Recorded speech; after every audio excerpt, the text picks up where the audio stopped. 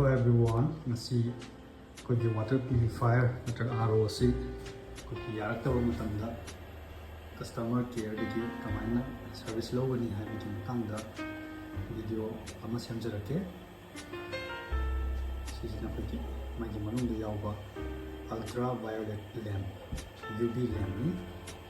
lamp sina pati isim yaba bacteria sini ma ha to pai ta ko ana sida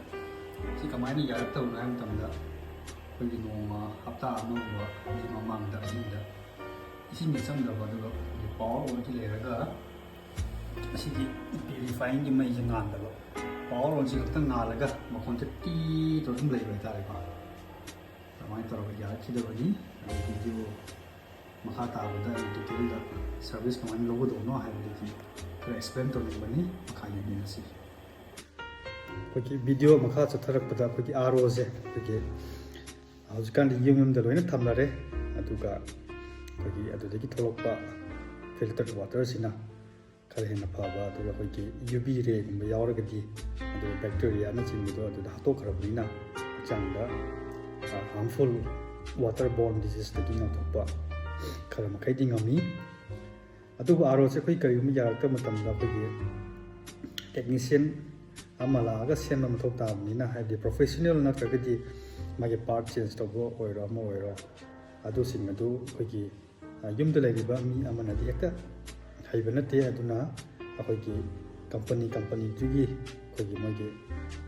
customer care दा अखोना phone तौरगा नत्रगा online की खुथांगदा through internet हाइतारेको अदु अखोना service अमा तौबियु हाइना अखोगी service request अमा race तौगदबनी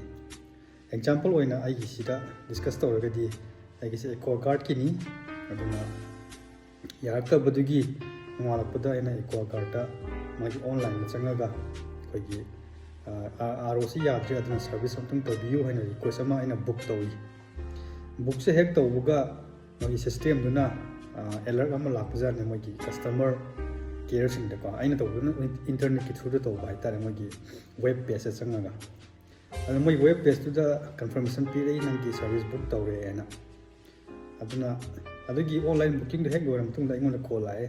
call आगा Moina हंगे जुमान Aquaguard की service की तौदबदु चुम्ब्रा हाइन हंगे न चुम्मेन हाइरा तुई मतुंग दा मोन हाइरि जे चारदुगदि फिल्टर गुमदु सही अमा हेलाबनिना सही खुदिंग चेंज तौबन दि खाइ फबनी अदु नौना फिल्टर चेंज तौरगदि फिल्टर हतुंग चेंज तौरगदि याम तांगनी अदु कोगी AMC एनुअल मेंटेनेंस कॉन्ट्रैक्ट लौरगदि फिल्टर जो चेंज तौबिरनी अदुगा तोपा मोगी स्कोप तुद यावदब खरदुना पेमेंट तौरगा सर्विस अनि सही मदा फ्री होगनी काना बहेनगनी अदुना यागरी AMC लौबना फरोइद्रा इन हरकदुदा आइजो अदुना फनी खनबदगी सही अमदि लाइन सही अनि सैना लौथौरे मतुंगदा मोगी सर्विस की मीसे लाकद्रा हाइना माइसुम कन्ना ngai अदुबु याम कन्ना होनाबमनि दगा तागी आदि खरा मोगी मी वाकी हाइतारे ngasi aina उचरपदु हप्ता अमगी मतुंगदा मखोगी टेक्नीशियन लागा सेम्बिरमनी माना UV लैम्प अदु चाए अदुना अनोबो सिंदबि यारो हेना अनोबो सिलगा अदुमान हौजि माना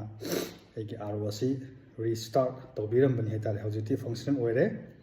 आई hope it works for long अदुबु मतंग सिदा आइना हाजिनिंगिबसि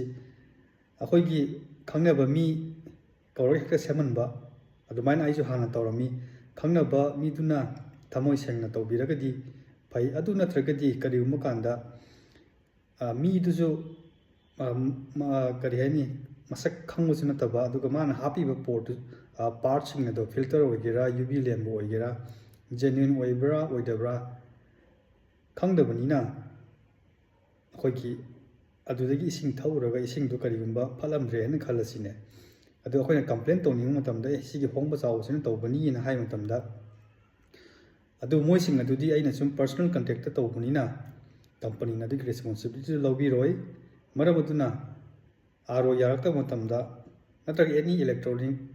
अप्लायंसेस होम अप्लायंसेस यारकता मतमदा अखोइना मगी कस्टमर केयर की थ्रू दा मगी ऑफिशियल वेबसाइट चंगा सर्विस बुक तौबना फै अदु ओइ तारगदि सर्विस बुक तौर मतुंगदा मोइना मथंग स्टेप सिंग अदु लोइना हायरकनी si technician si maming si assign tawre sira laani adugo nangna khoina karigumba moi si kadai kadai yogre haina khoina track to ni gadi khoina speed post ta website ta changaga consignment check to go to maina moi gisu moi ki app ta changaga kana no assign tawrise ma se tholok khrabra kadai yogra ba loin activity singje hawbodagi assign tawbodagi lambi da leibodagi attend tawbodagi close tawbodagi siguma critical activities sing ase ma gi pura khogi tracking system je hoji app tu lei marabduna app sizinarasu yamna kanare hoji ki khogi smartphone ayamana sizinarabunina technology kanam se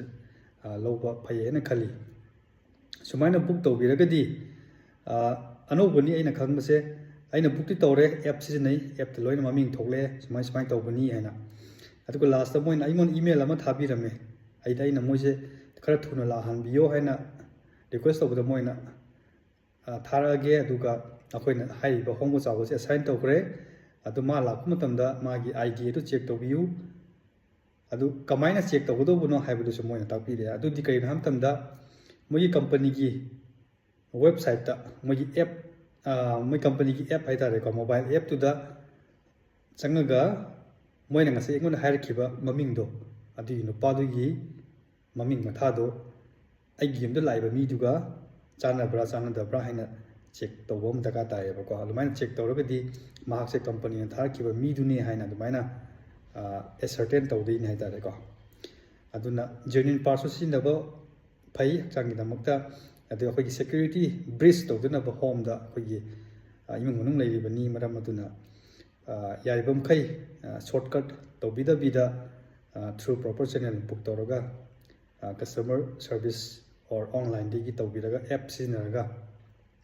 service book tawbiyu aduga yumgi daka taba khoi repair maintenance punamuk tawbiyu sini ngasi aina piningi ba message asi better to be safe haiba sini ko thank you bye jai hind